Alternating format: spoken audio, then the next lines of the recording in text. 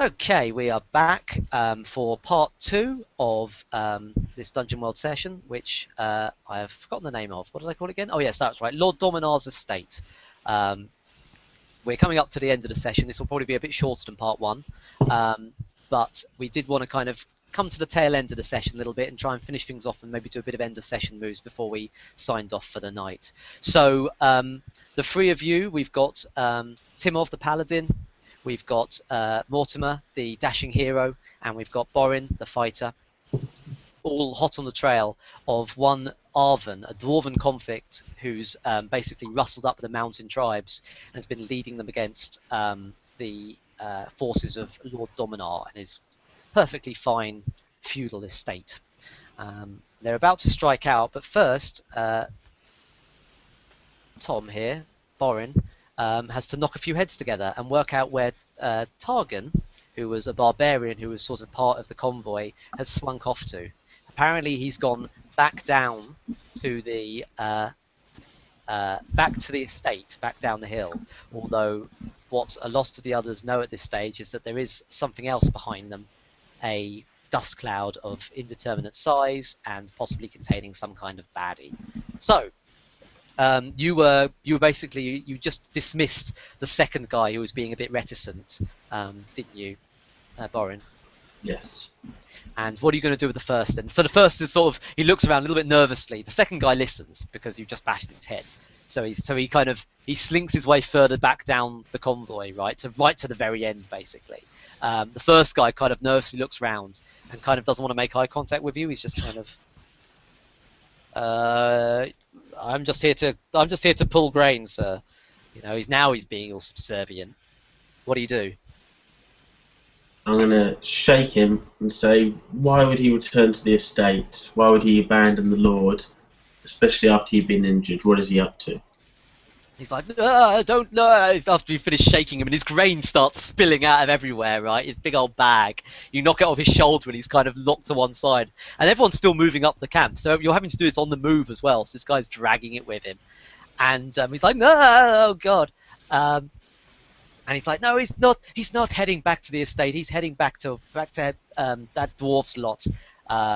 He's always been looking out for who's going to be on the winning side as Targ, and he's always been a smart guy. And he must have thought that things aren't looking so good for our group, and he's looking to switch sides. That's all I know. I don't know much about him otherwise. Wait, so he's gone to join the bandit leader, but he's gone down the hill to join the bandit leader. He must have known about whatever's going on back there. We all saw the dust cloud.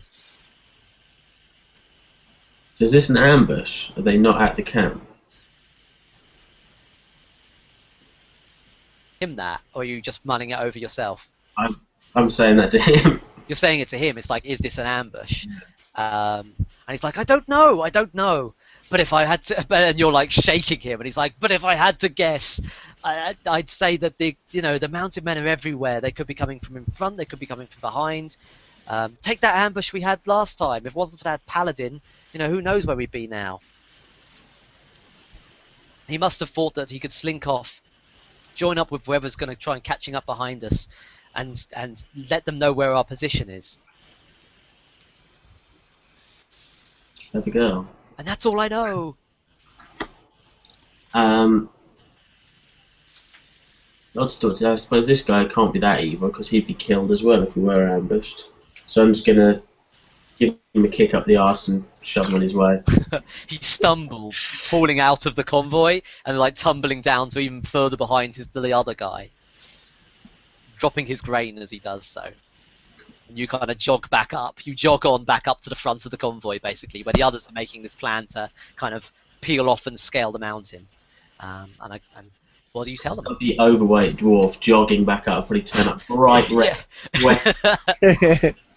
Like in The Simpsons where he can't talk, clutching my heart. Cool. So there you are. You're all at the front of the convoy. Some in better shape than others, and you've got a general plan to basically kind of peel off, scale the mountain, come from the camp from the other side, where they won't be expecting, under cover of night, and basically strike out at this guy Arvin, this dwarven convict, and put an end to him once and for all. So is that the plan? Is there anything else you want to be doing while you're still part of the camp before you strike out, or can we move ahead to that part? I wouldn't mind setting them up in some way so they're not a sitting target in case this other force come back and find they're all dead while we've been scouting them. Okay. Perhaps hide them in the woods somewhere. Hide them in the woods somewhere. So get them to come off the track. You leave them instructions to come off the track and camp up somewhere. Yeah, without an open fire. Yeah, no fire. No fire. Okay. You tell them as much. You tell Lord Dominar, and he relays it to a couple of his trusted seconds. And they say yes, and they start sort of looking quizzically at you, and basically everyone starts peeling off the track. The ravine has kind of come to an end now, and it's more or less it's steep but open terrain, and they're peeling off to kind of, there isn't really any forest to speak of, but there's a couple of kind of rocky precipices that they can kind of hide under, and make the most of it, and hopefully not get, they'll have a rock at their back then, so an ambush will be a lot harder. And you've given them ideas to not light any fires and basically not draw attention to themselves. The flip side is, of course, they won't be there to have your back if things go south. So they've done that. So let's go ahead and see how you scale the mountain. I'm going to call this a perilous journey. It's not really a perilous journey in terms of days and rations. It's a perilous journey in terms of hours and gear, because you've got to rappel up this. So you're using your techie Mercassin tech, or just regular old, iron and steel. You're kind of making your way, rappelling. No, not rappelling, that's going down as well. Climbing, that's the word. Climbing up the mountainside, and trying to get to a fortuitous position where you aren't going to be seen by any sentries or anyone who's just blundering around the camp. You don't really have a sense of what the camp looks like at this stage, so you're having to kind of do it by ear. However, you are still making a perilous journey. So, one of you is going to be a scout, one of you is going to be a trailblazer, and one of you is going to be quartermaster. Who's going to be what? Even though I'm not done too well on this, I would be the lighter of the group, I think. So I'd say I'd scout ahead. Okay, let me just give you a quick reminder of what everyone does. So the scout means that the scout's keeping an eye out to make sure no one gets a drop on you. The quartermaster is keeping an eye on the supplies and making the most out of the supplies you have. And the trailblazer is finding the quickest path. So you're going to be the scout, Morty. Who's going to be quartermaster? Who's going to keep an eye on using I'll do that. I can't imagine myself being very good in the other two in climbing. Sure. I imagine a hard climb is going to be a hard climb no matter what, so you may as well be laden down with all the supplies. And that, being laden down with all the supplies makes no difference. If we're attached by rope to each other, I can see myself sort of just swinging at the bottom. Yeah, with all the stuff. Yeah. Cool. And that leaves you as trailblazer then, Timov. So you're kind of, I guess you're at the front, because you're the one kind of finding the right handholds at the right time. And Morty, you're kind of second in the line, kind of keeping an eye out, keeping a cautious look, kind of over the edge of the landscape and trying to spot any flickering of fires or anything like that, while Timov is focusing on handholds. And yeah, you're just swinging at the back, Borin, just like with all the supplies, just kind of held, like just swinging at the bottom, basically, just kind of almost scrabbling up the hillside with your feet. Cool. Everyone roll plus wisdom. Oh no, 5. Yeah, mine wasn't great either. I only got 6. Oh no. Flies. Oh no. Right, and what do we get on Trailblazer here? What's that, a 5 and a 5? That's a 10. 10. Okay, so the Trailblazer reduces the amount of time it takes to get there. So you get there faster than you expected. So that's good. That means you've still got most of the night to strike out. That's the good news. The bad news is that 2 of you marked experience. And that means that instead of it costing you 1 adventuring gear each, it costs 1 more adventuring gear between the lot of you. So it would have cost you 3 between 3. Now it's going to cost you 4 between 3. Decide amongst yourselves who's going to have to spend the extra adventuring gear. But basically, whatever that piece of adventuring gear is, it's something that Borin dropped as he was kind of hanging loose. Or 8. Yeah, or 8. Yes, How you ate a 10-foot pole. Wait, so how much have we got to spend? How much adventuring gear has everyone got? I've I've got got 5. yeah. I still You've have got 9. Well, I've got 1 but 5 uses, so. Yeah. You got 5. How many uses of venturing gear have you got specifically? You've got 9 uses, did you say, Timov? Well, that's no problem then. You could just absorb the extra one then, maybe. Yeah, I So would let- just take 2. Okay, so Timov, you as quartermaster, you offloaded some of your adventuring gear to Borin, which Borin subsequently dropped. You've still got loads of it, but you're like, where's that pole gone? Where's it? And Borin's like, I don't know. So Borin, you used 1. Morty, you used 1. Timov, you've used 2. So that's the first bit of bad news. The second bit of bad news is that the scouts, Morty, didn't spot any trouble quick enough to let you get the drop on it. Quite the opposite, in fact. So you're kind of chunk, chunk, chunk climbing your way up here. You're making good time, but you're also kind of sweating and heaving and just like, I've dropped a pole, and like the pole clatters down and this, so on and so forth. And you're not making a particularly quiet go of it. By the time you get up to the top, you kind of reach the top, hands over, so like you're nearly at the top, right? And Timov, you're like just under the edge. Morty, you're like, no, hang on, let me go through, because you've got all your armor on. You'll make a nasty clanking noise. I'll go up first, and I'll just scout out and see if there's anyone there.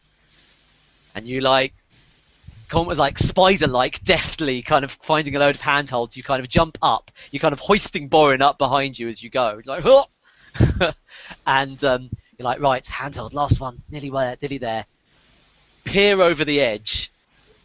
And there's another wolf. There's another wolf, even bigger than the last one. And it's all you see is just like behind the firelight, you see its eyes flicker and dart towards you and start growling in the dark. And you hear a deep voice, probably human, saying, "What's that damn dog growling about now? Go see to it." And you hear footsteps kind of go dunk, dunk, dunk over to the cliff edge. What do you do? Well, I'm a dashing hero, so there's only one way. I don't think I can do really. I'm holding on to like the edge, right? Yep.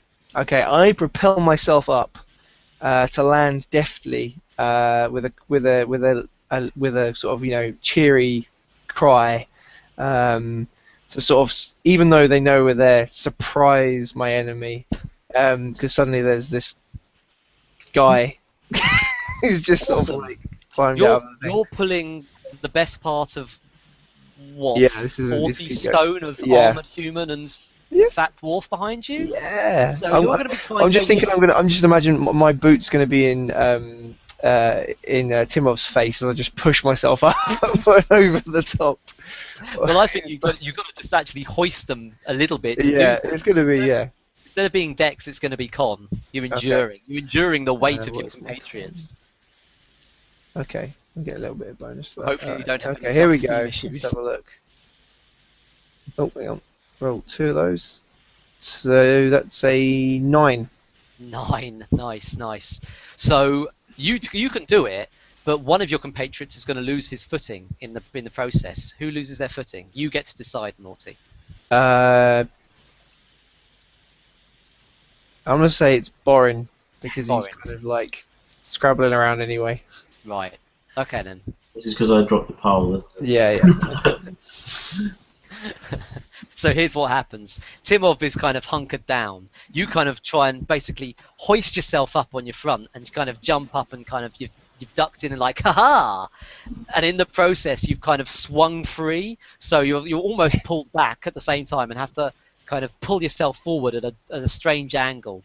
And that angle is what kind of jerks the rope, and kind of Borin's kind of there, just kind of clutched against the side of the rock wall, and then kind of the rope just kind of goes whack against his face and leaves him hanging free from the rock face. So you feel this kind of jerk behind you. It's this jerk behind you, kind of as you kind of knocked free. Borin, you're swinging free. Timov, you're there, just kind of again. You haven't revealed yourself yet. If you don't want to, you're just behind the lip at the moment. But yeah. Whoever's up there around this fire on the edge, who's going to be at least 2 guys and a dog, they know you're there. They know someone's there at least. What do you do? Since he's already dangling around there, maybe I just use my strength to whip him up over there and catapult him into the enemies. Nice. Nice. The dwarf. Dwarven conquers. Dwarven conquers, yeah. Absolutely. Okay, that sounds like you're defying danger using strength then. Poor Yes. Borin's just getting thrown left, right, and centre. Borin, you could try and aid him if you like by using, like, you could try and get your centre of gravity down so your momentum is carried properly if you like. Yeah, try and cut her into a ball or something. Yeah. Do you want to make a bond which just says nobody tosses a dwarf? Like, there isn't even a name on there. I can't imagine how that would be No, resolved. that was a rhetorical question. You don't have to do that. Yes, so if you want to aid, if you want to do an aid roll, then go ahead and just roll 2d6. And Timov, you're rolling plus your strength. I got 9. 9. So you put yourself in danger to do it, but you do it. You do help him. Yeah, So I was already you in get danger. +1. I'm going to say that you're putting yourself in danger means that you end up sort of getting kind of buffeted by the rock as you're doing. You're having to kind of brace yourself as best you can, but you take d4 damage from the kind of doof, doof of getting knocked aside this rock face as you do, Borin. 4. Boom, my armour absorbs it. Yeah. Okay, in the meantime, let's see how well that's actually worked out. So we've got, what, a 3, a 2, Plus what's that? 2, so Six, it's a 7. a 7. Is that including the +1 you got from Borin? No, that's an 8. That's an 8. So 7 to 9 nonetheless. Okay, fair enough. You can hoist him up, but you're going to lose your footing if you do. You know, your momentum's going to mean you have to lose your grip. Actually, no. Let me retcon that. You can get Borin up, but you can't get yourself up at the same time. You can't actually climb up and actually get your own footing in place if you're going to just throw Borin over the side at the same time. You'll have to miss whatever this first attack is, because you'll still be clambering up the rock face basically. Or you can clamber up first and just kind of drag Borin behind you, but he's going to be in no fit shape to do any attacking. Up to you. Then I'll just throw him over there and climb on after him. Okay, fair enough. So Borin, you find yourself kind of flung like out into thin air. You're right at the top of this mountain as well, so you kind of look out, and for a second, kind of braced in your like, you've got kind of like you got kind of the rope tied around you, you know, kind of braced in, and you're just kind of there like that with your pack around you, and you're kind of swung up and out, and for a second you just kind of twist round, and you kind of see the whole of Chalcedon at night, kind of like it's a vista of green rolling fields, and in the distance these kind of bright sparks of cities, and then you're just kind of swung backwards, and you just end up like flipped around on your feet next to, like, still holding your braces like that, but like right next to Morty, like, oh, here I am. Facing up against this large, slightly domesticated wolf, and a large, massive third barbarian type. He's dressed in wolf hides, and he's carrying a very crude stone axe. In fact, he's carrying 2. In fact, he's carrying 2. There's another one on. You also spot the fire, and from the far side of the fire, you can see someone else kind of standing up, presumably the guy who shouted originally, but you can't get a good sense of who he is yet. So that's what you two see. While Timov is hauling himself up, and his dog is preparing to kind of pounce and throw you over the cliff, basically. Morty is the first one there. Mm-hmm. What do you guys do? Morty, let's start with you. Question: can you parry a wolf? Yes, I think you can. Okay. So the All wolf right, is so- diving at you. Yeah. You're going to try and... Well, wait. Parry means you disarm him, don't you? That's part of the thing you Well, do with the wolf. It says parry's more of a, you're kind of blocking with your blade rather than a shield. Sure. You're deflecting it away. So my move that I've got here, which is parry, which is... Well, let's do this in Dungeon Go on. World style. Remember how it works in Dungeon World is always you say what you're physically doing. Okay, so and then I'll the pick a move. it's leaping at me, right? Yeah, it's Okay. leaping right at you. So Deja vu. yeah, deja vu indeed. Okay, so earlier on So earlier on I tried to duck out of the way and that didn't work and it ended up flying up. In fact, that's what happened last time. It went flying off the edge. That's what I do. I'm Am I tied off to Timov? Yes. Okay. And Timov's strong, right? yes. Okay. Ish. Yes. Yes. So this wolf jumps at me. I've got the rope in my hand. I jump backwards to swing down and come up like the other side. So the wolf Okay. goes flying past me, into the nothing. Okay. You do know Borin's also tied to you, and he's Yeah, right well, next he's strong as well, right? Yeah, absolutely.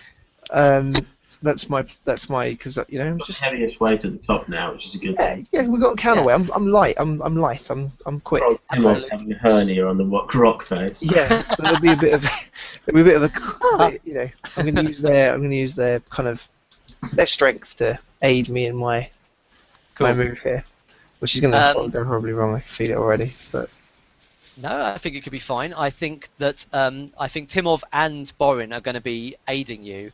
I don't think it's going to be an aid with Bonds this time. I think they're just going to aid with Con.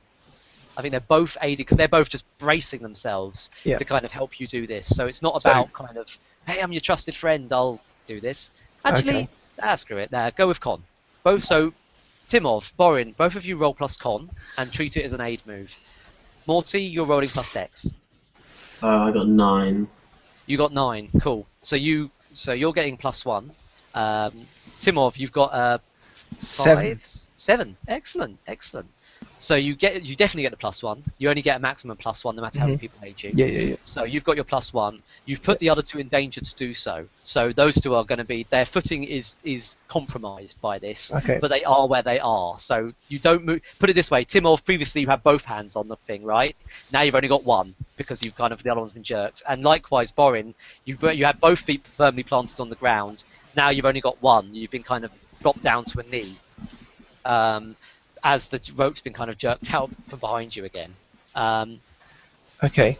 Morty, let's see if it was all in vain. All right. Well, I'm going to get a +3 on this because I get the +1. Mhm. And this is my Daring Devil move, Mhm. which I got to choose from before. So let's see. Hopefully, 2 of those is a 11.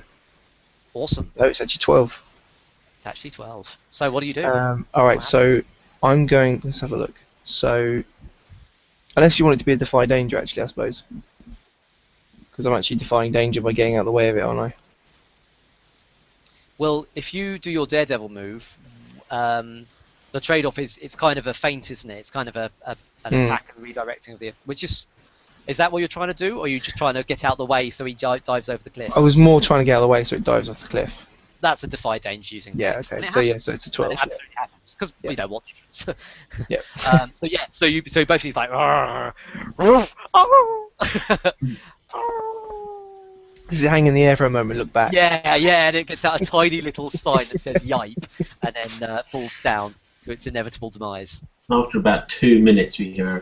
Yeah. All right. So when I swing, I land the other side, and I'm sort of da-dong! Yeah.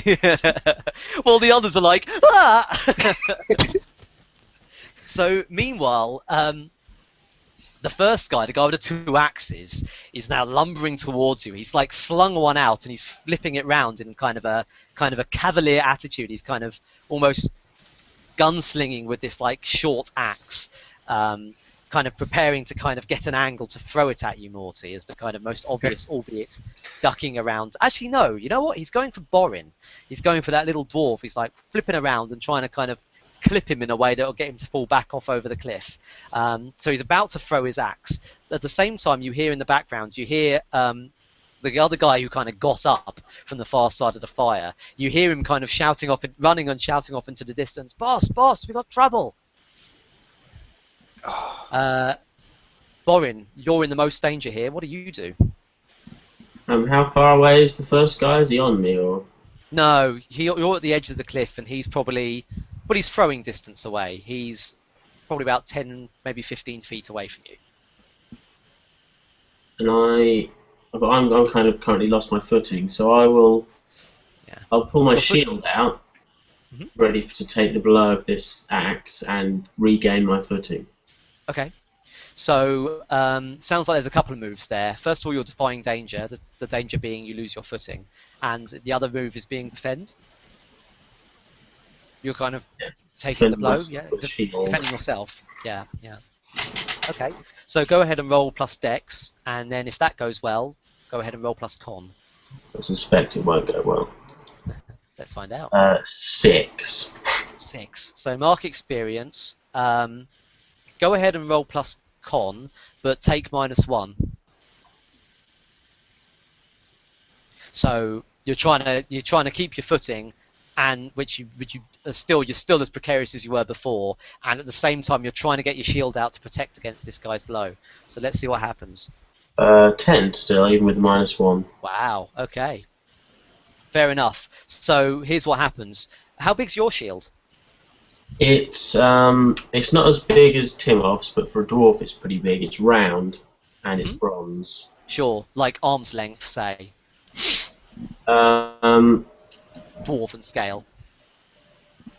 I could cover up, so most of my front with it. It's Sure. normally slung on my back. It takes up like the size of my back, pretty much. I get it. Okay, that's fine. That's absolutely fine. So here's what you do. You're teetering at the edge there, and it looks like you might go over again. So you pull out your sword and your axe, and you use your axe. You heft your axe into the soft ground, and use that to kind of balance yourself and heave yourself back up, shield in hand, as this guy's first kind of throwing axe goes flinging towards your shield now. Basically, flinging towards you, but your shield is well and truly in the way. So you would be taking you'd be taking D6 damage from this guy, but you've got your defense move, you've got your free hold, so feel free to spend them as you see fit. I just need to remember what those things were now. So you can you could use them to basically put the damage down to nothing. You could use 2 of them basically to halve it and then halve it again, and then your armor would probably take the rest. You could open him up to another attack from someone else. You could well, you can't redirect the attack because it's on you. You could deal damage to him equal to your level. Or deflect an axe back at him. Yeah, pretty much, yeah. Or throw mud in his eye or something so he loses his footing, you know. So what I'll do is so I get how many forward do I get? So again, sorry. Hold. You get 3. 3. I will do the double reducing the damage thing, and I will make him open to other people's attack. Okay. So roll a d6, halve it, and then halve it again, and that's the damage you take. You're gonna roll a 1 now, aren't you? 4. So 4. So you would have taken 2. So 4 goes down to 2, goes down to 1, which is absorbed by your armor. And what was the third thing you said there? Sorry, in terms of. I'm going to give other people +1 forward against him. Cool. So whoever attacks him next has got +1 forward. How does that happen? What do you do to kind of throw him off? I shout an obscene insult, which shocks him. I'm shocked and appalled, sir, because it's a barbarian, but it's like a refined steampunky Chalcedon barbarian. So he's like, sir, what was that? Okay, so this shocked and appalled barbarian who's now hefting his second throwing axe, this chipped stone lumber axe. His attention's been drawn to the foul-mouthed dwarf in front of him, who's now kind of hefted his axe into the ground to get his footing back, and has now got another throwing axe safely embedded in his shield. In fact, the axe kind of lodges into your shield, and you just kind of brush it off with your own axe. So it's like it's barely made a dent on your own fine steel. So that's where you are, Borin. Timov, you've probably had enough time to hoist yourself back up now, so you're definitely kind of there. You kind of got yourself up to kind of waist height and kind of hefted yourself over the edge, so you can see what's going on now, and you're relatively secure. But you're probably not in a great position to do much of anything yet, unless you want to do like some kind of cool paladin-y burst of speed or something like that. So Morty, the initiative kind of lies with you. This guy's kind of distracted and probably primed for a roguish backstab or something similar. On the other hand, there is the other dude who's run off shouting, Yeah. boss, boss, So my priority is kind of on that other guy right now. Sure. What I would do. What Morty will do is he'll take off running towards the guy who is shouting. Mhm. But as he goes past the other guy, I've got my hidden stiletto, which Cool. I whip out from my sleeve. Where was it and hidden? Oh, your it's sleeve. up Okay. my sleeve, and I sort of flick it out, and as I run past him, I'm going to flick it at him. Mhm. but I'm kind of keep running that way. Like, you know, he's not. I'm just kind of like, he's already distracted. I'm gonna potentially not kill him, but like, you know, Hamstring distract him? even Are you more. trying to Yeah. Well, no, he just kind of like, if a dagger goes in his like arm or something, he's gonna be like, oh, and then that'll give my chance for my friends to kind of pummel him into the ground. Okay. So yeah, the stiletto is gonna fly out, and then I'm barreling towards the other guy to try and catch him and give him the steal. Oh, I see. So you're kind of going in two directions here. Yeah. You're charging forward, flicking a stiletto at the first guy to The kind first of guy, yeah. waylay him, but actually your main target is the Is first the other guy. fella. Okay, that's fine. So I want to do this. I want to kind of break the move up a little bit because kind of by the time you'd thrown the stiletto, Timov Yep. would be on his feet. Yep, absolutely. So first things first, I want you to volley with your hidden stiletto, and let's see how that goes. That would be 9. Obviously, you've thrown it, so you can't choose to Yeah, use yeah, extra ammo. can't- You do that yeah. no matter what, and you got a 9. So you can you roll your damage, and you have to pick. You either can take minus 1d6 damage, or you have to move to get yourself further in danger. I will. I'm going to take the less damage. Okay. So if I roll a d8 first. Mhm. 5. 5 Can minus I come forward d6. against him? No, this is the other guy. Oh, it was the other guy. Yeah. Oh, no, this this is the is- guy who was running away, so he's kind of No, just no. trying to throw a stiletto at him. No, I'm throwing stiletto, the first one. The one that threw the Oh, axe. right. And So it then would you're have been a 10 attacking then, the wouldn't running it? away guy. Oh, I see. I've got So your it would- targets mixed up. Okay. Sorry, yeah, I didn't explain that right. So that would have been a 10 then, wouldn't it? Yeah. Sorry, so my volley was a 10, so I just did my damage. So I got 5. Yep. There you go. Excellent. So he takes You do 5. damage to Yeah, the so guy. the stiletto digs in somewhere. Absolutely. Digs in deep, very Yeah. deep. In fact, the guy goes toppling down without much of a second thought, just like, ah! He's readying his second axe, hasn't got a look on you, and yeah, tink, almost to your eyes, Borin, it just looks like he topples because there's just a tiny needle-fin stiletto Yep. digging out of his neck. Cool. I'm just Yeah, going. and as you look over, motion blow in full effect, you see Morty just pelting it towards this second guy. Timov, you also see this. You're now up and you're on your feet. You've got Morty who's kind of sprinting outright towards this other guy who's still running off shouting, "Boss, where is everyone?" And the other guy's basically fallen down, and I guess, Borin, you're just kind of unclasping yourself at this point because, Morty's taken off, so you don't really want to be dragged along with him. Morty's taken off. He's forgotten he's tied to us, so I'm going to cut the rope. Oh yeah, that's a Okay. good point. Yeah. You do that. Just as it gets to before it gets taught, you like. Cool. So, Timov, over to you. What do you want to do? Okay, I only see this one guy running towards the camp, right? Mhm. So I want to use my I am the law move and just command him to stop where he is. Nice. Okay, sounds like a plan.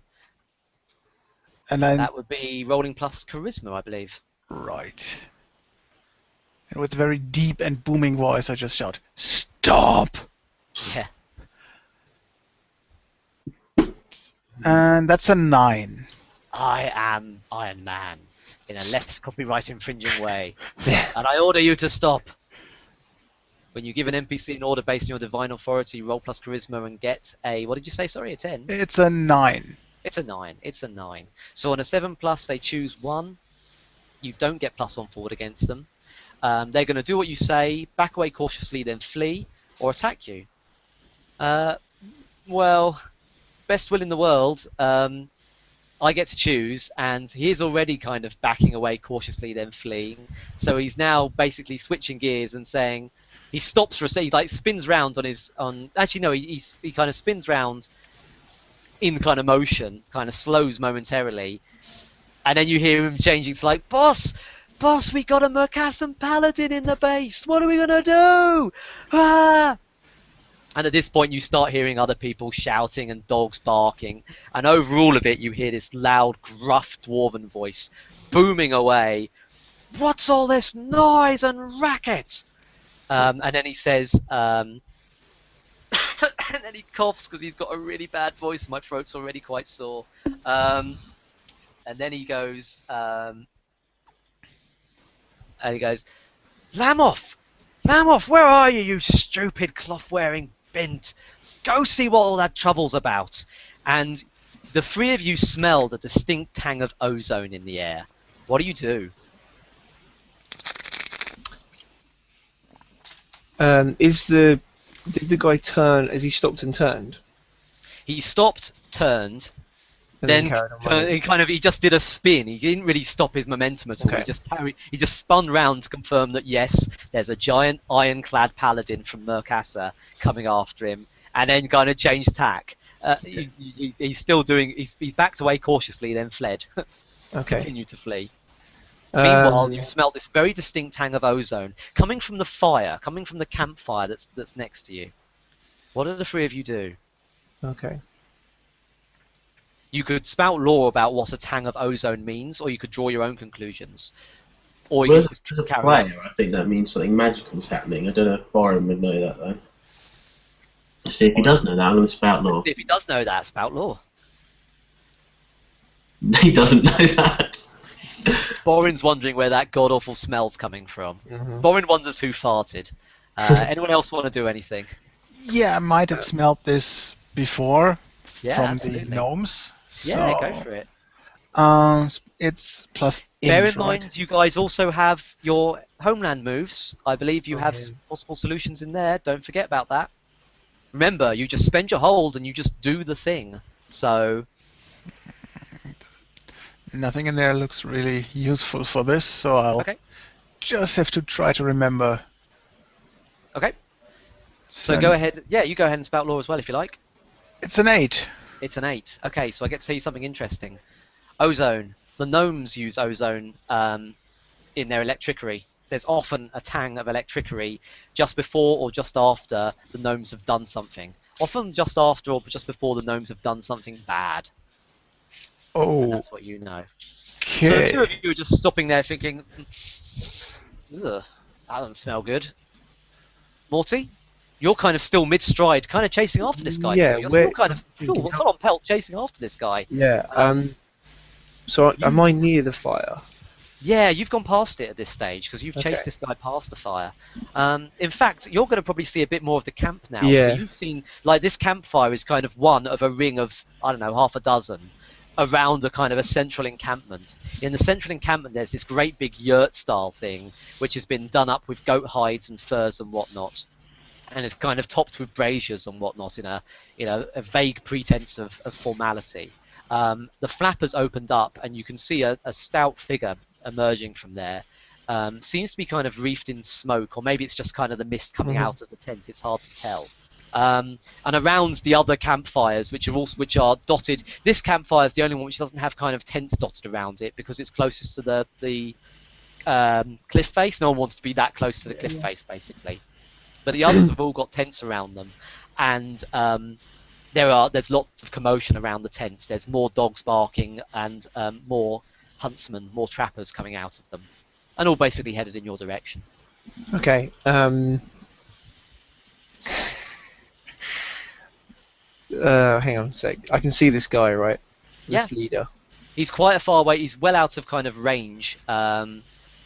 You might be able to shout to him. Yeah, you could shout to him because you've heard him shout.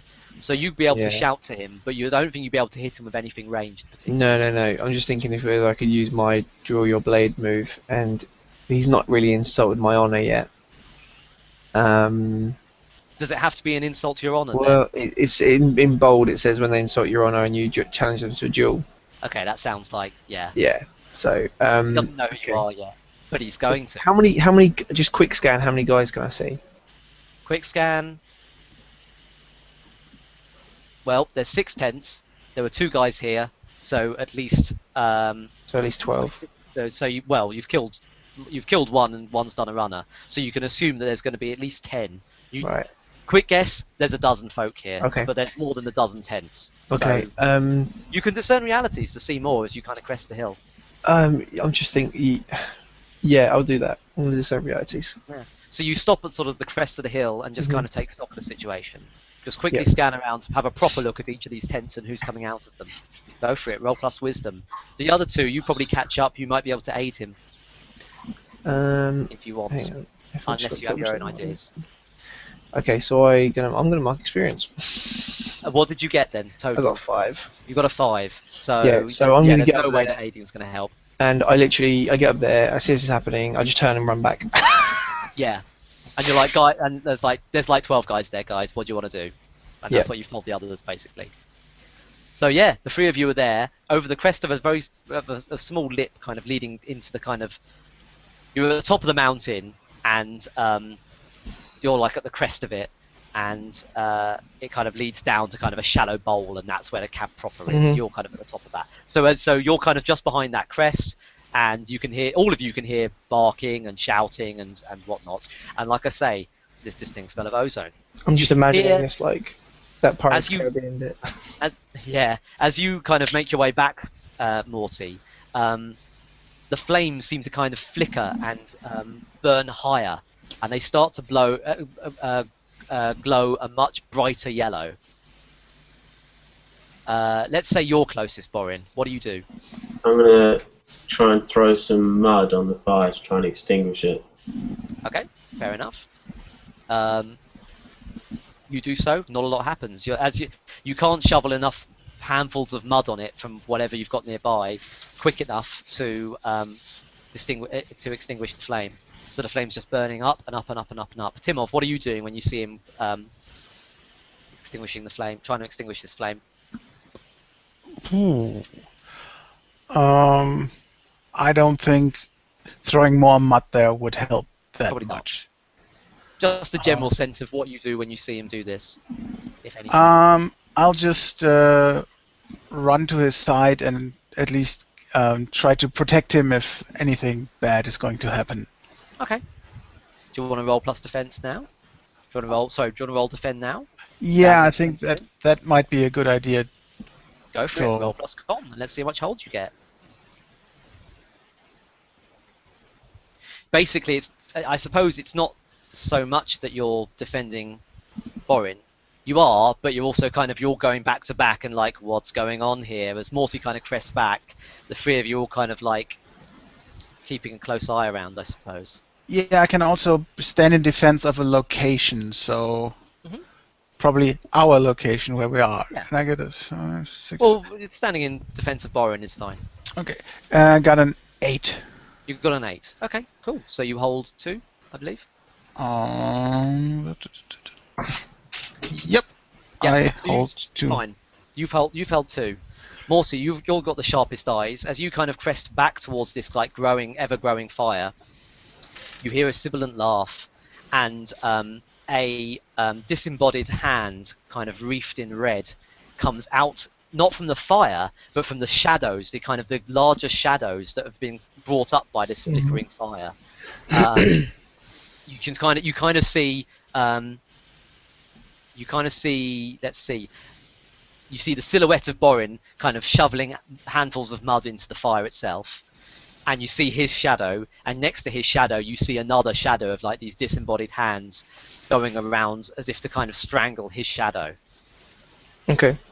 Okay? I'm just saying you're the first one to see this. Okay. I want to hear what you're going to do, but kind of, Timov, Yeah. you kind of have priority here because you're standing in defense of him. That's why I wanted to clarify who you're standing in defense of. Okay.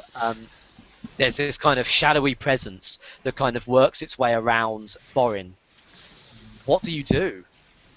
There isn't anything for you to stab.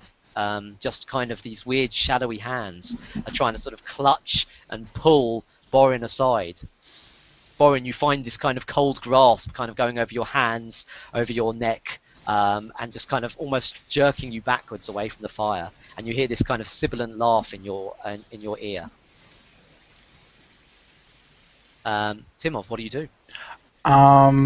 So if I see this correctly, the danger is the shadows, not the fire. Absolutely. Then I'll just grab my holy symbol, Mm-hmm. hold it up into the air, Uh-huh. and pour all my faith into it, so that it glows so bright that there will be no more shadows, and there's nothing to attack Boris. Very nice. Now, Be gone, evil! I would say that you are empowering something through electricity, which is one of your homeland moves. Would you agree? Yes, that sounds good. Because your electricity is it's kind of like your holy power. This electricity is this kind of awesome mix of holy faith and gnomish invention. We sort of established this earlier, didn't we? That the gnomes Yeah. came in and empowered this theocracy. Yeah, but would you Yeah, agree? that sounds good. So it's kind of like Iron Man, Power Rangers-esque powering up of this holy symbol as you just kind of blast it at them. So if you're happy to spend that your one of your points of hold, you just do it. Okay, then I'll just. Yep. Cool. So Borin, as you feel these kind of hands grasping at you, you just get this blinding blue light from your side, and you just look over, and the paladin is just glowing. He's just got his like the circular kind of motif, this iron ring, which is like his holy symbol, is glowing. It's on his chest, on his shield, and in his hand, he's got this kind of ring, this kind of wreath. What's it called? The Roman wreaths.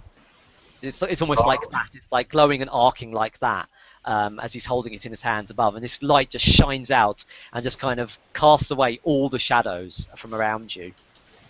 And you all see this kind of shadowy form, ghostly shadowy form that seems to just trail away, kind of recoil back and coalesce into a more substantial form. It's kind of half and half, kind of ethereal. It's very near to the it's further away from you, so it's kind of between you and the precipice. It's closer to the precipice than you are, as it's been kind of blasted away from the fireside. It's still partially ethereal, and it still seems to have taken it seems to have been kind of blasted away, but doesn't seem to have taken too much damage. It's just kind of recoalesced itself and brought the shadows of the night around itself, but it's been blasted away from the three of you. Borin, you're the closest to it. What do you do? What's the fire doing now? Is it just normal now, or is it? Yeah, the fire just kind of dies back down again as this spirit's kind of nasty influence kind of gets disconnected from that. I might grab like a stick or branch or whatever from the fire and try and attack it with that. Cool. Yeah, I like it. You do so. So I would like you to go ahead and roll hack and slash for me. Just pretty much straight up hack and slash. What's happening is you kind of brandish this thing at it, this burning chunk of. You know what you pull out? You pull out like a chunk of like one of Lord Dominar's caravans. Like you can tell it's like a piece of timber from the side of a caravan, and it was being used for firewood. And you pull that out and brandish that, and you use that to kind of stab roughly in the center of this shadowy form as it's trying to coalesce and try and basically launch back towards you and launch and surround you in shadows again. And you get an 8 altogether. Awesome. So here's what happens. You deal your damage, and it deals D8 damage back to you. It ignores your armor as these shadowy hands just kind of, they just basically bypass your armor, and basically you feel a pair of cold hands wrapping around your throat, trying to sort of strangle the life out of you. So you deal your damage to it, and it deals its damage to you. Can I use one of my holds from the defend move to half the damage? Absolutely. Christ, I forgot all about that. Yeah, you're still in defense of him. Yeah, go for it. What do you want to do?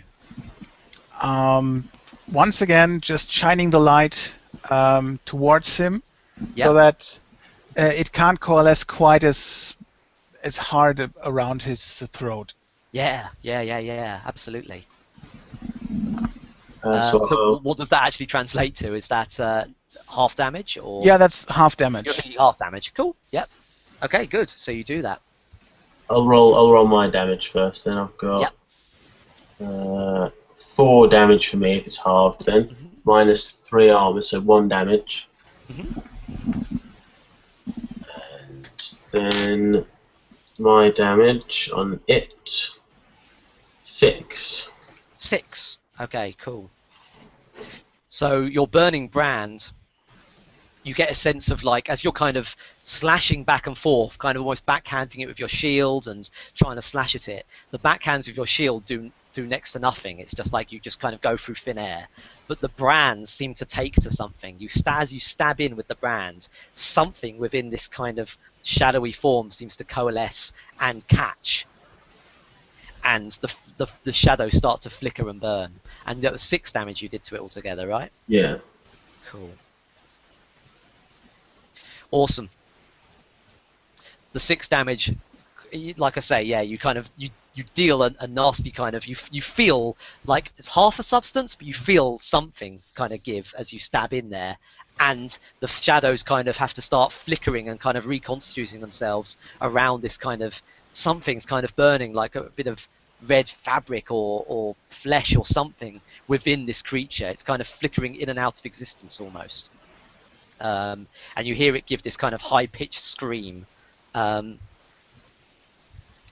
And yeah, that's what it's doing. Cool. Next thing it does is actually, where are you at the moment, Mortimer? I'm trying to decide really, because if I'm seeing this happening, then and I'm seeing him not be able to hit it apart from with the fire, then my sword's not going to do anything. Sure. So I suppose here's what you're seeing and hearing right now, Morty. You're seeing and hearing howling of beasts and howling of men, and the howling in your general direction, and the howling's getting louder. Yeah. That's one thing you're hearing because you're closest to the crowd. Yeah. Okay, so that's one thing you're hearing.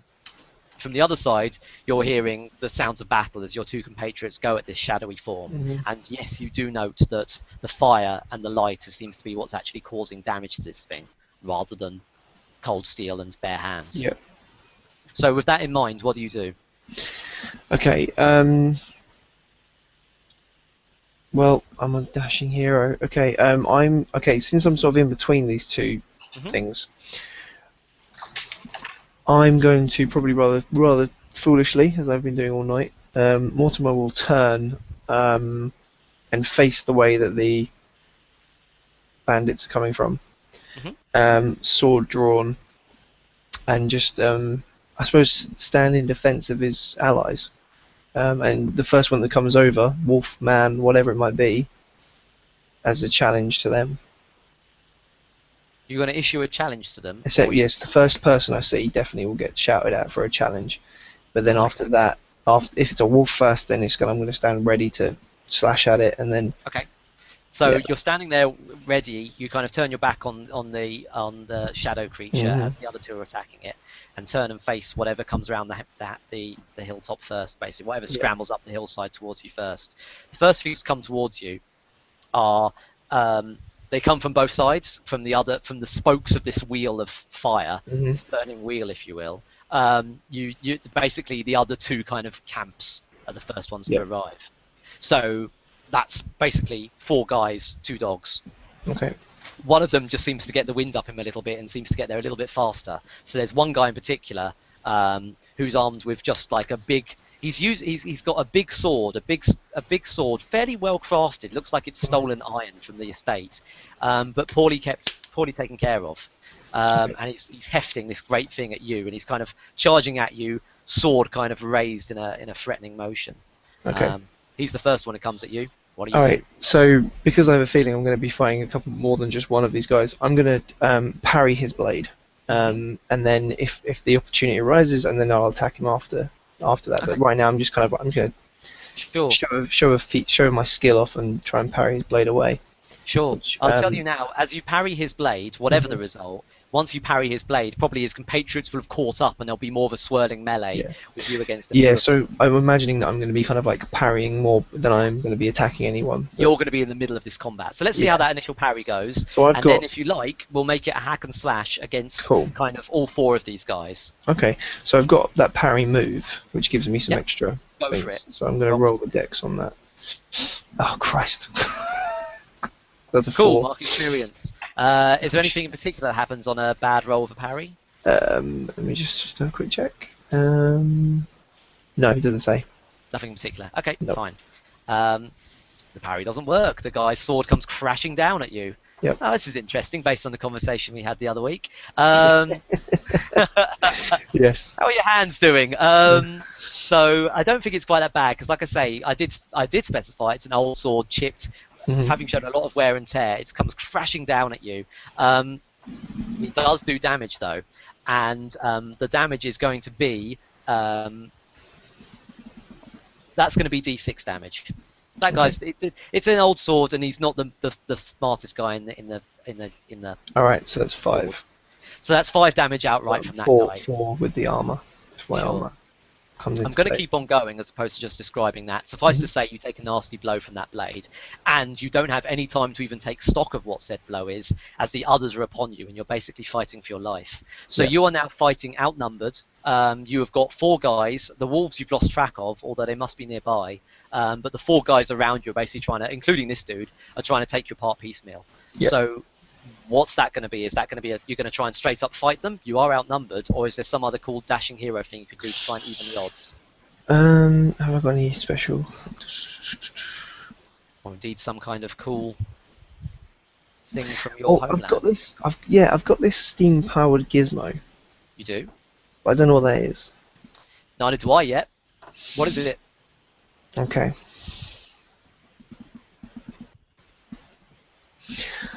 Steam-powered gizmo.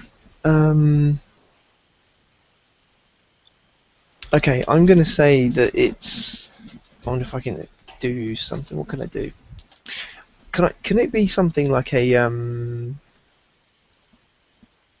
want to say something that's going to disorientate them. Something you're going to use up then? Yeah, it's like Okay. a almost like a one-off like. Yep. I kind of want it to be like a like a flash bulb. How about this? Maybe it's some kind of steam-powered battery, and you could throw it in the fire to disorientate them. So Do that. that. Yeah. Okay. So it's kind of like I'm throwing it out to. Yeah. Sounds well. It's a volley, but it's a very light volley, isn't it? Yeah. It's going to disorientate all of them. It's not going to do much in the way of harm, but it is going to No, stop no, no. them It's from- more. This is more giving me a bit of breathing space. Yep. Sounds fine. So why don't you go ahead and roll plus dex for me? Yeah. That's better. That's 11. Lovely. So there you go. So basically, if anyone else was watching you, they basically see you go down amid 4 guys and 2 dogs into sort of a rugby scrum, only for this weird bronze gizmo to kind of go boop, and fly out of the scrum again and land in the beeping and whirring and pinging as it goes. You kind of hear, from outside, you'd hear you say, "Hey guys, what's that?" And like they all look up and it's like, "What?" Ding, ding, ding, and it just goes. Yeah. And you kind of look away just in time, but they all get caught seeing this weird pinging thing as it goes off and just basically leaves a shower of green sparks arcing through the fire, and they basically recoil back, which gives you a moment's breath, which gives you pretty much a clean view, a clean sprint down to the dwarf in the center of the area, I would say. The He's still leader. next to his tent, but yeah, he's still next to his tent barking orders. Okay. So that's what's happening with you. Timov. Hamster. I keep getting Borin's name wrong. Timov. Borin.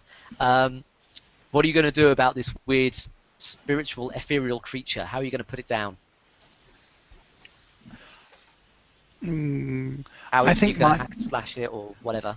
my sword has like little attachments so that I can attach the symbol of Milka to the sword.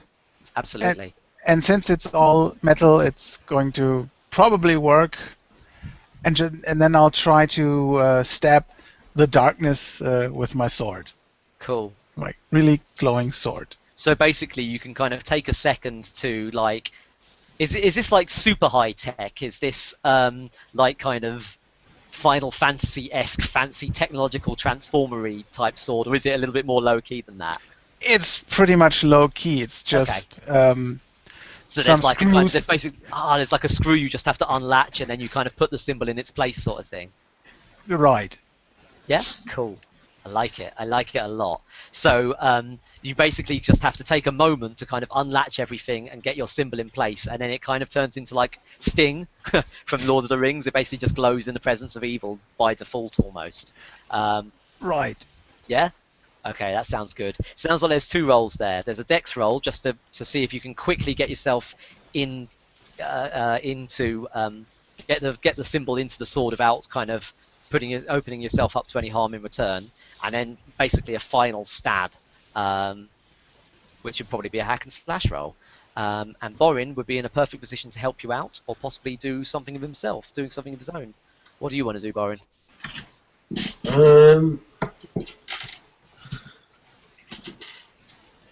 Oh. You could do more of the same and just describe it in a suitably narrative and awesome manner, although I appreciate it's 11 o'clock and that might not be the easiest thing to do right now. So I will quite happily accept I hit him with my fiery bit of wood.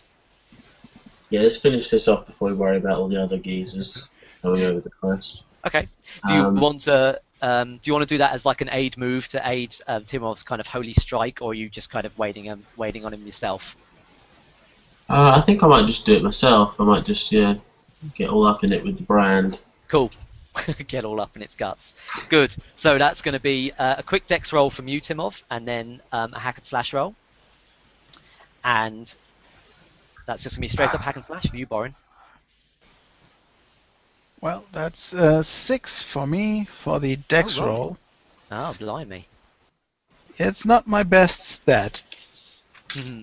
That's a 6. So you mark experience. You aren't able to get the symbol in place and kind of get a swipe. So he gets a swipe at you. He gets a raking swipe, and you feel actually like part of the kind of the shadows extend into a vaguely hand-like shape, and the part that extends is kind of the part which is on fire. So the fire kind of rakes you aside, and just as you're trying to put your symbol into the slot onto your sword, it rakes you aside.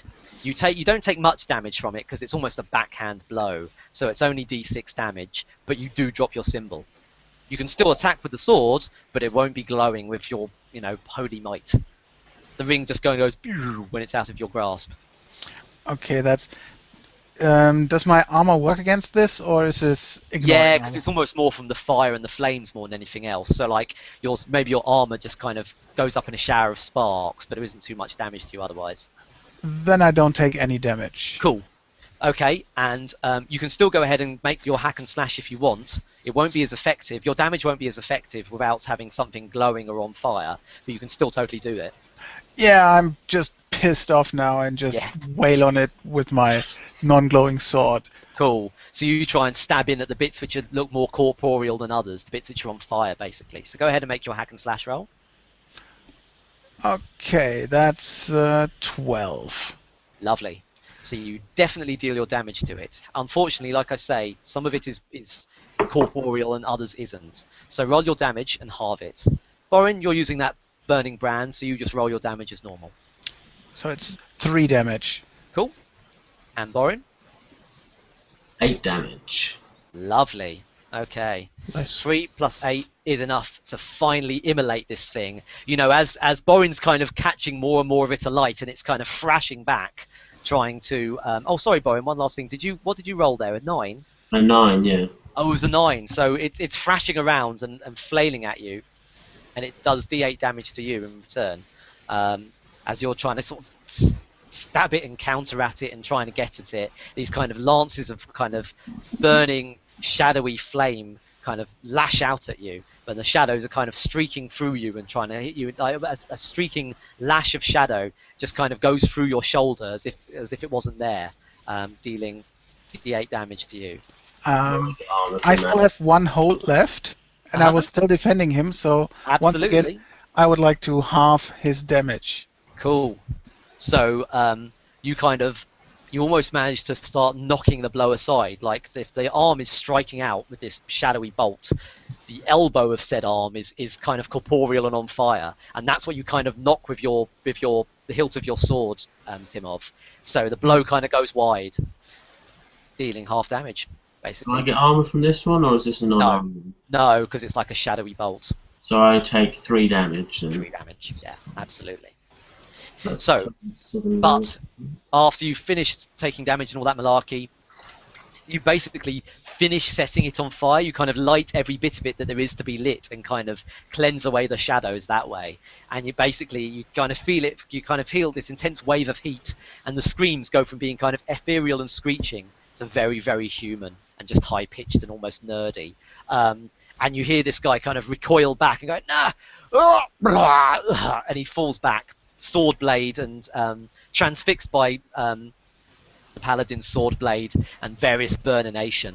And it turns out that it was just, as he kind of recoils back and the fires just kind of die and peter out, you can just see this corpse of what was once a man, dressed in fine red robes, oddly without a leg. Seems to be just kind of hobbling around on a single leg, or floating around in this case.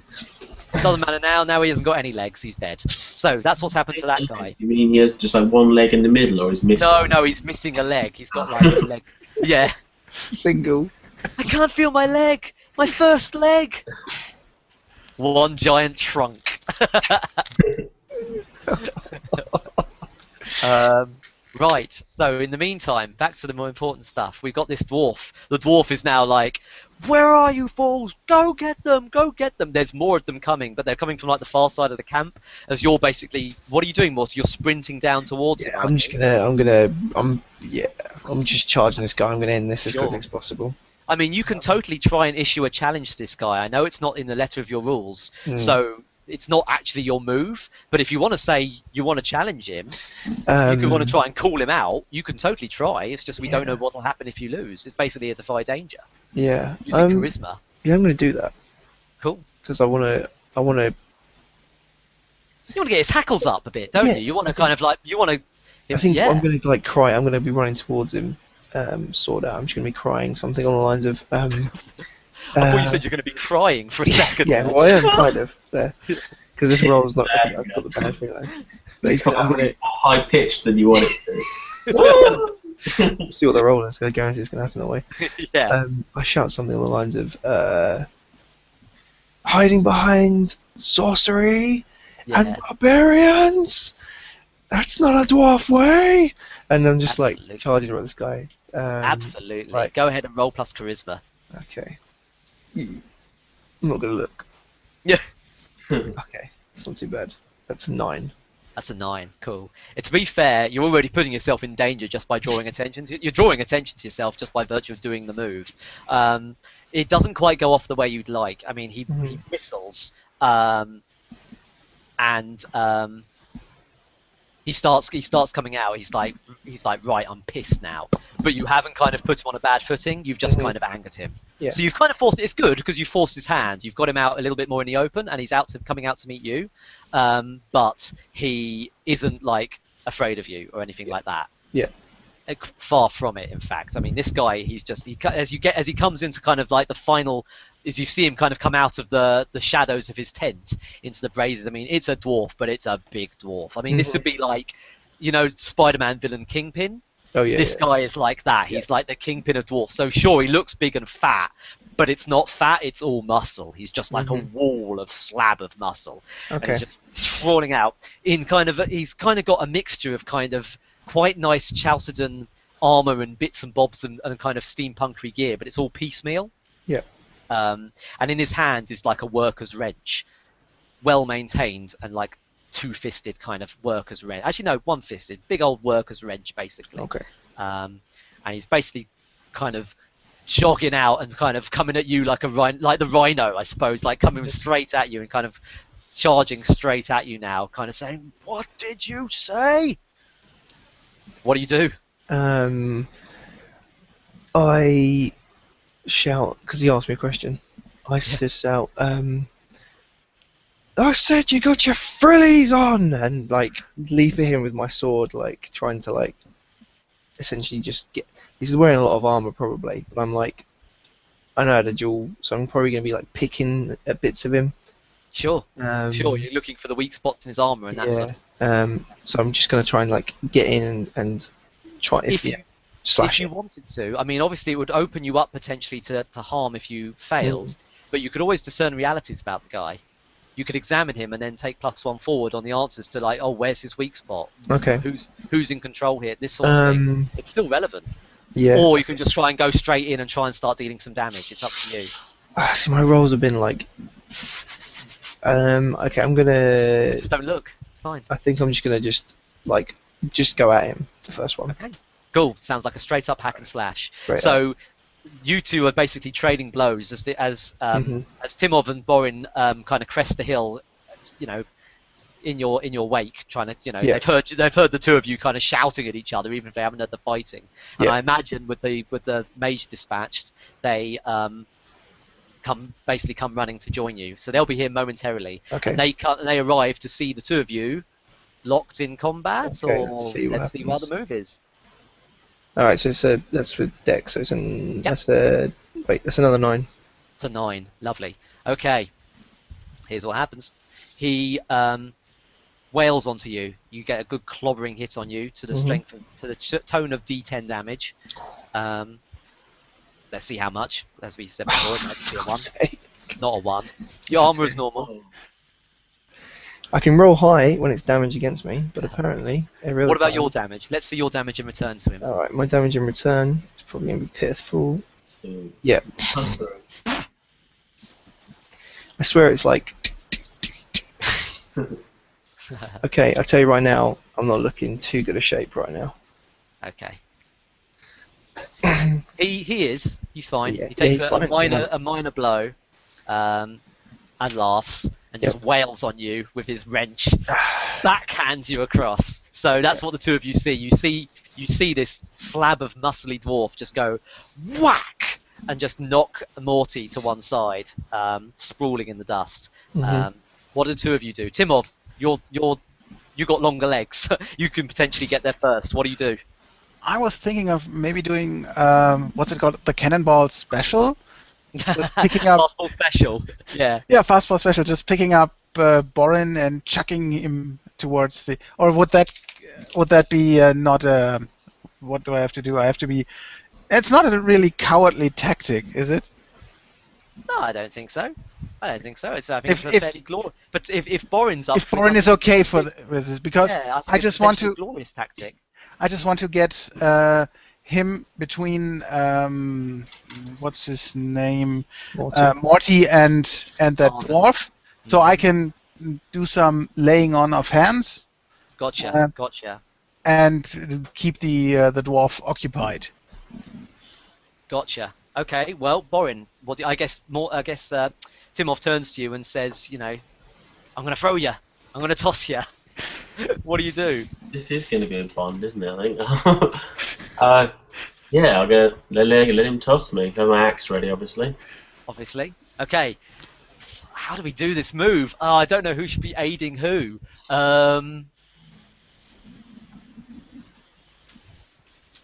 Fuck it. Timov, you roll plus strength. Borin, you roll plus dex. So one of you's defying danger with strength to see how far you can throw him, and Borin, you're defying danger using dex to see how well you land. I guess. Thinking I wasn't going to land, I was just going to slam into him. Okay.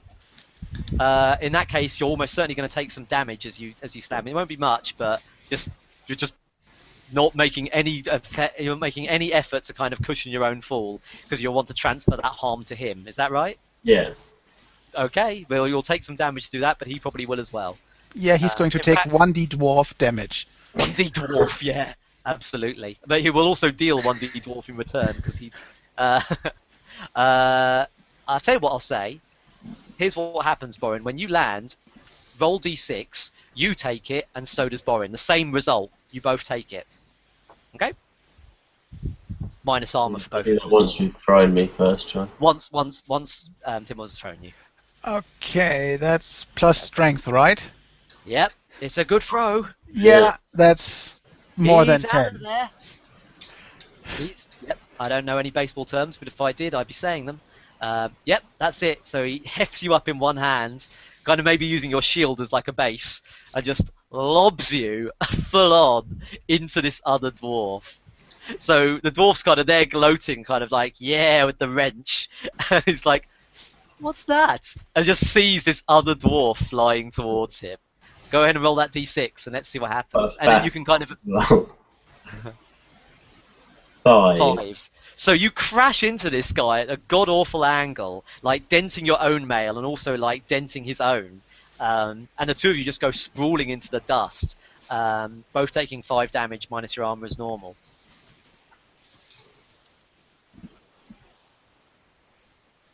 Yep. Okay. Borin, you have the initiative. What happens next? Keep As his Timov is hand catching on up and Morty is picking himself up, the two of you are now, you've now basically, you've got his attention. Is So he's now going to start standing or going is at he you. on the ground now? Say again? Is he standing or is he on the ground now? Yeah, you basically, the 5 damage kind of covers the two of you kind of crashing into each other and then both picking yourself up, and it's just dwarf v dwarf just facing off against each other. And after a moment's hesitation, he's just like, "Rah!" with his wrench and just kind of launches at you. Tries to clobber you over the head. Combat. Yeah, I'm gonna just Yeah. go Then in. that'll be joy. Go for it. Roll hack and slash. Clash of the Dwarves. Oh Clash of the no. Dwarves. Ah, 6. lol. That's a fail. Mark experience and roll d10. Welcome to my world.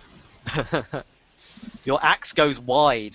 His wrench skitters down the haft of your axe and basically clobbers you on the head.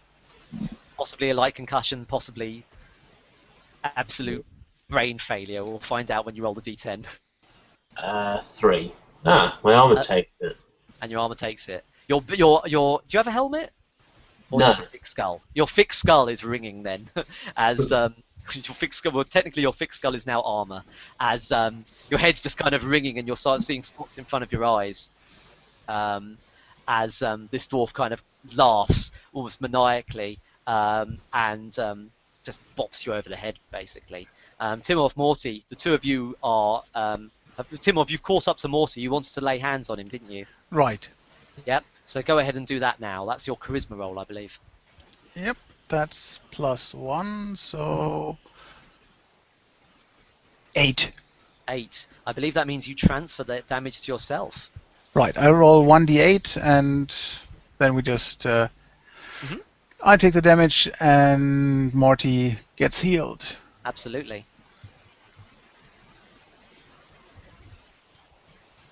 7. 7. Ooh. There you go. You're healed for Thank you. 7, Morty. You're wounded for 7. Yep. Being a little Alright. bit better. Tim was feeling a little bit worse. Now what do you Yeah. guys do? The two of them are in combat, and your fighter friend has just been clobbered over the head by a Okay. maniacal dwarf wielding a giant wrench. Yeah, alright, I'm gonna okay, I'm gonna put because he's obviously taking damage from me, I'm gonna put clasp my hand on his shoulder and kinda give him like that look. Who's that, sorry? Who are you clasping? Timov. Right. Timov? Yeah. And then do the Aragorn look before he turns around and runs back in. And I'm gonna go and I'm assuming the dwarf's attack gonna try and hit Borin again. So I'm Yeah. gonna If you do nothing, the dwarf's Borin's going gonna take it. So I'm probably gonna put myself in defense of Borin by attacking the dwarf again, which will probably go really badly. But. So what's the focus? To get in the way of Borin, of the dwarf's next blow, defend Borin, or to deal damage yourself? I think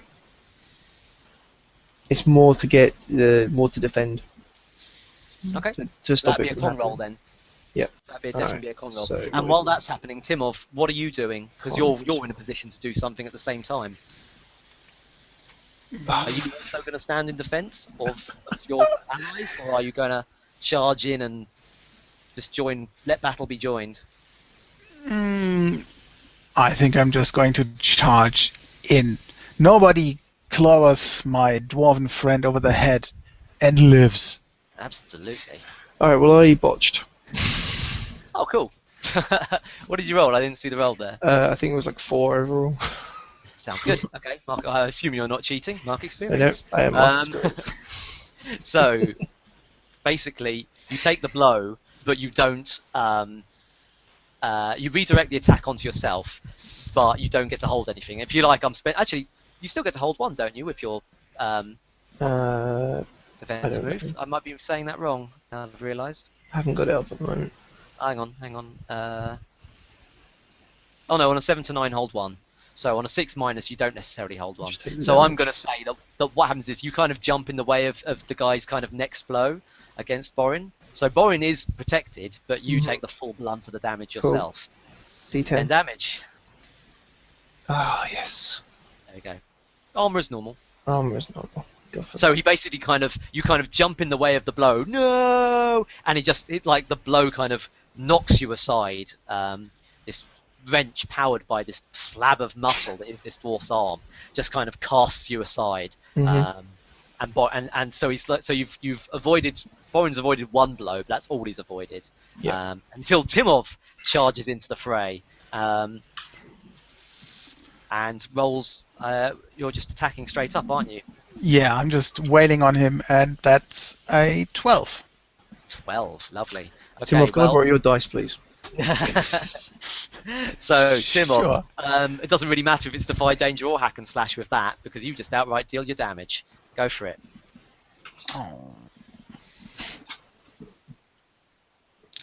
Oh, on a 10, I can open myself to an attack to deal plus 1d6 damage more, Cool. which I would like to do.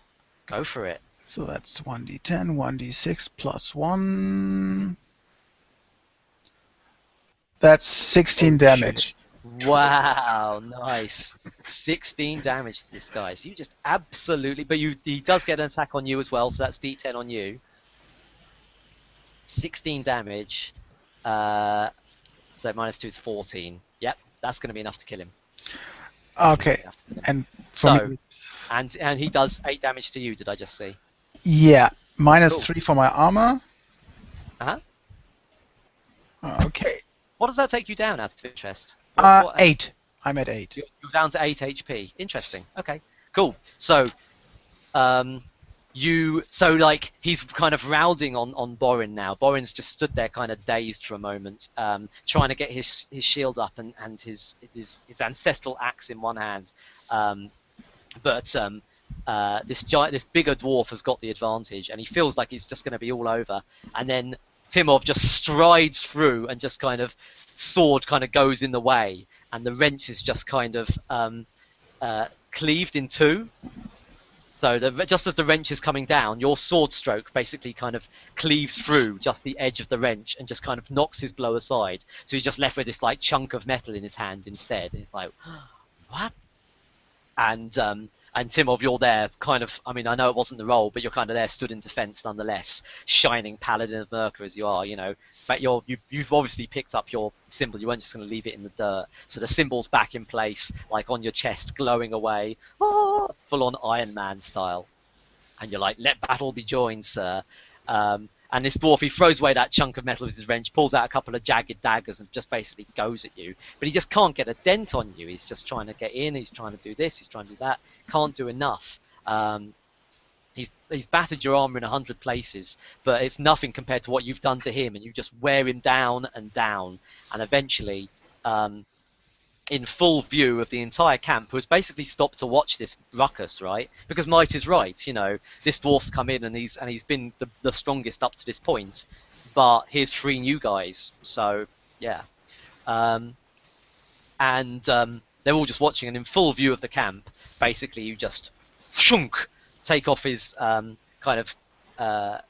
his armor with one blow, just kind of knock the lapels of his armor and just kind of leave him just kind of wounded, blood gushing from his chest, and then final blow, stab him down and just spit him on your sword, basically. Just leave him there in the middle of the camp as almost like an effigy to his own defeat. Pull the sword back out of him, wipe it on the grass, look around, ask who's next. No one's next. And in the kind of the shadows of the firelight, in the kind of the embers of the firelight from the kind of the horizon, if you like, you start to see the other clans start kind of, some of them are like making shouts and noises and stuff, but most of them are either kind of slinking away. Some of the camps are starting to slink away. Others are starting to just fight amongst themselves. Relatively few are actually approaching you or doing anything involving you. A few of them do. A few of them come up to you, the three of you, um, but they don't attack. They are not in awe, but in respect of you. Like those wildlings earlier, they aren't really going to be like, "Oh my God, you're our new best friend," but they are going to be like, "Ah, might is right, okay." And so what's next, sort of thing. They aren't sort of saying, "Okay, now you must need us." They're just like, "Okay, so what's your next move?" They're kind of, yeah, they just kind of stood in kind of respect of you. I am So going to, both because of that and for the reason I can take it back to the Lord to prove we've succeeded, I'm going to cut the dwarf leader's head off and hold it aloft. absolutely, absolutely. So yeah, you do so, and they're like, "Yes, you have a trophy. Good for you. That is your right." Because they're like, it's like, yeah, we have. They've got like wolf skulls and shrunken heads and all sorts of stuff on themselves. They're like, actually, you know what? They respect that. They outright say like, "Good. We're glad you took that trophy." And if you want to head off, they won't get in your way. You could leave now, and no one's going to stop you. They'll just be like parting the Red Sea. People will just be stopping and watching you go. What do you guys do? What happens next? So, the dwarf was the leader and the instigator behind all these attacks on Lord Dominar, right? Absolutely, absolutely. So, I will use I'll just, with a booming voice, tell everyone you've seen what happens if you defy Lord Dominar. So, if you leave now and do not come back, no harm will come to you. If not, well, you've seen it. Yeah, point to the now headless corpse, I guess, with your sword. Yeah. Cool, cool. Go ahead and roll plus charisma for me. And to clarify, there's no doubt that you won't be cowing them. It's just to the degree of which you will. It's an 8. It's an 8. Cool. So, with your commands, they all, the rest, even the ones which are sort of infighting amongst themselves, they all start slinking off. They leave their camps, they leave their supplies, they leave, there's not a lot there, but what they have, they leave. Fires on the spit, everything is just left. And they just they all go off in roughly separate directions as best they can, given you're on the top of the mountain. And some of them go with a backwards glance, but they all go. And that's it. Unless you guys want to kind of go back down and rendezvous. Either, I suppose one of two things happens now. Either you go back down the mountain and rendezvous with Lord Dominar and tell him the job's complete, or you kind of wait for him to crest the mountain in the morning. Either way, next time you see Lord Dominar, he's obviously overjoyed with the work that you've done, and more than happy to kind of give you a seat on his council and to grant you anything it's in his power to grant, I suppose. Is there anything in particular you'd want from a Lord of Chalcedon? If he has anything with magical properties, I'm always on the lookout for something to graft onto my weapon. Okay, so you'd be after something in terms of magical properties. Morty? I would like to be introduced to his daughter. Okay, awesome. His of-age, unmarried daughter. His of-age magical daughter. His Unmarried. magical daughter. His of-age daughter is a spinster in her 40s. No, Yeah. really. Yep, And daughter. just before we head off, and I just imagine if this was the ending scene, I just turn to the guy and say, if anyone asks, I did not fail in that. I did not get pushed around. Yeah. Timov, do you ask anything of the Lord, or is your quest fulfilled enough? I think so, but since his barbarian friend kind of took off and left, Mm. I would ask to be his new, well, bodyguard, let's Sure. say, and envoy of Mirkasa. Sure. An envoy to the Well, you already are that in a lot of respects. I mean, you've kind of cemented yourself in that role, at least as far as like he's concerned and like the gnomes who sent you are concerned. So that's you get that as a freebie. Yeah, on a more permanent, like on a permanent position. Cool. Okay, you want to actually kind of have you want to have a role with him, like his bodyguard, like his jarl or something like that. I Yes. guess. Yes. Yeah. Okay, cool. He absolutely grants you that. He grants you the title of Jarl of the Dominar estate, his noble steward and second, in place of any in place of kind of you're basically there you're entrusted to guard the family and to put your life on the line as and when called, and in all other times to kind of do his will and answer whatever summons. You can act on his behalf. You would represent him in courts and that sort of thing. So that's your kind of legal and honourable representation. You don't have to be at his side and taste his food and be there at all times, but you would be going out and about and answering kind of calls on his behalf and representing him at places. So cool, that's what you get. Magical properties. I don't think he knows anything in terms of magical items per se, but because it's not really that kind of location.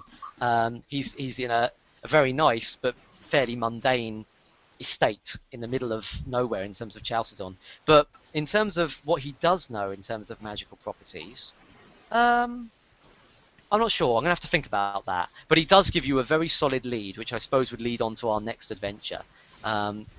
He also kind of gives you some kind of filthy lucre. Let's see what he gives you in terms of general treasure for the three of you to share out. Where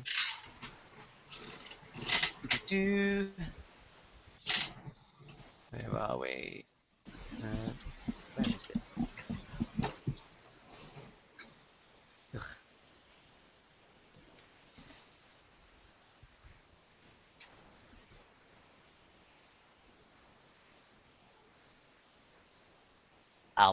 I'll work it out another time. Suffice to say, he gives you a fair bit of money to put you on your way, and enough, more than enough for your troubles, to say the least. And perhaps a more kind of financial role within there if you wanted it as well. As far as his daughter's concerned, let's see. His lovely daughter. I need to find a good name. I'm really tempted to. Gertrude. Name. It's going to be something like that. Yeah, that's fine. Let's see. There's a crap names. Susan. Susan Dominar, the comely missus of the Dominar estate. He offers her hand in marriage for you, I guess. Okay, do I get to meet her first? No. Okay. But you can spout lore about what you might have heard about her if you like. Yeah, I'm going to do that. I don't know anything. She sounds lovely. Yeah, she does. That's quite good. Lovely personality. Well, she might turn out to be beautiful, you never know. An ugliest. Exactly, you never know, and we would find out. It could be a very good start to the session if we have to escape. Yeah, I was going to say that'd be like, how did you get away from the comely wench? Good Cool. news is I have enough experience to level up. I bet you do. Right, let's get on with it then. End of session moves. Did we learn something new and important about the world? Yeah, quite a lot of stuff really. Yeah.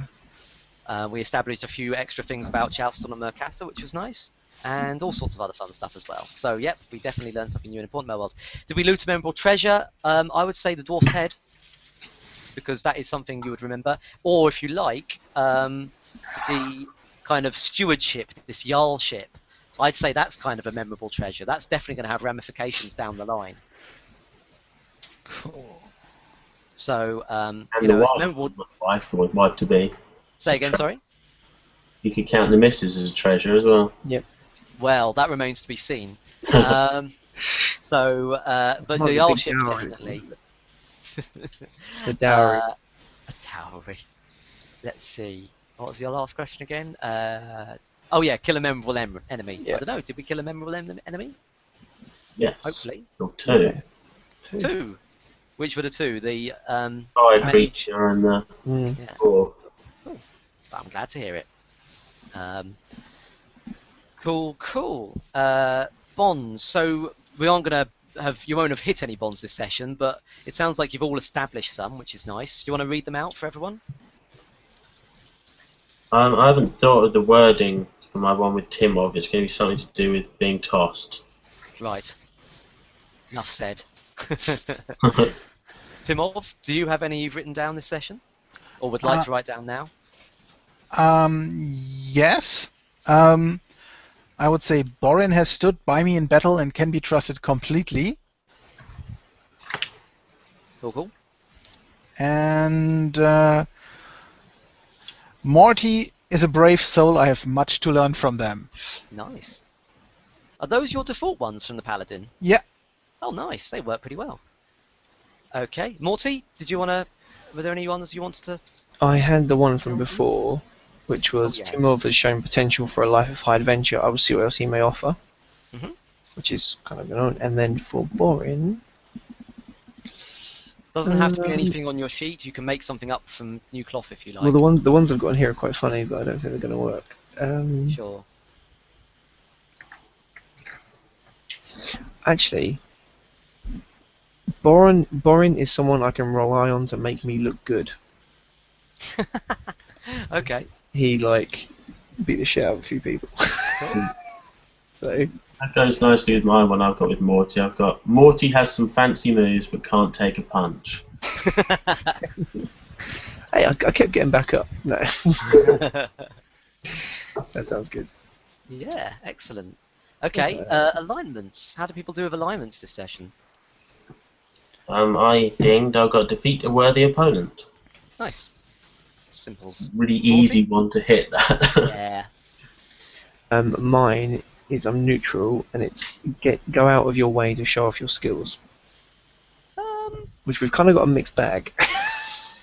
Well, I feel like you engaged did. that guy in one-on-one combat when you were by Yeah. yourself, Yeah, and then I did the flip and killed the wolf in one hit and stuff. Yeah. and you threw yourself off a cliff as well. Yeah. And you climbed up a cliff, even that very Yeah. first one, in a way, because you're kind of in view of everyone else. You know, that's kind of why you crested the hill there, because Yeah. you knew everyone would be able to see you when you did it. So yeah, I think you hit that. Timov, how's your alignment? My alignment is good, and mine is endanger yourself to protect someone weaker than you. Which Yep. I think I did. Yep, I think so. I think you've done that on a couple of occasions. Okay. Okay, and Cool. we can level up if Absolutely. we hit what was it? 7. Your level plus 7, so 9 in this Nine. case. Damn, so close. Someone's got 8 XP. I That's got including the ones you just added, yeah? overall. I got 12. Wow. Whoa. I've got 11. Wow. I did have some experience from the game I played. Oh, that's right, from the previous game. That's fine. So I'm leveling up. What do I want to level up though?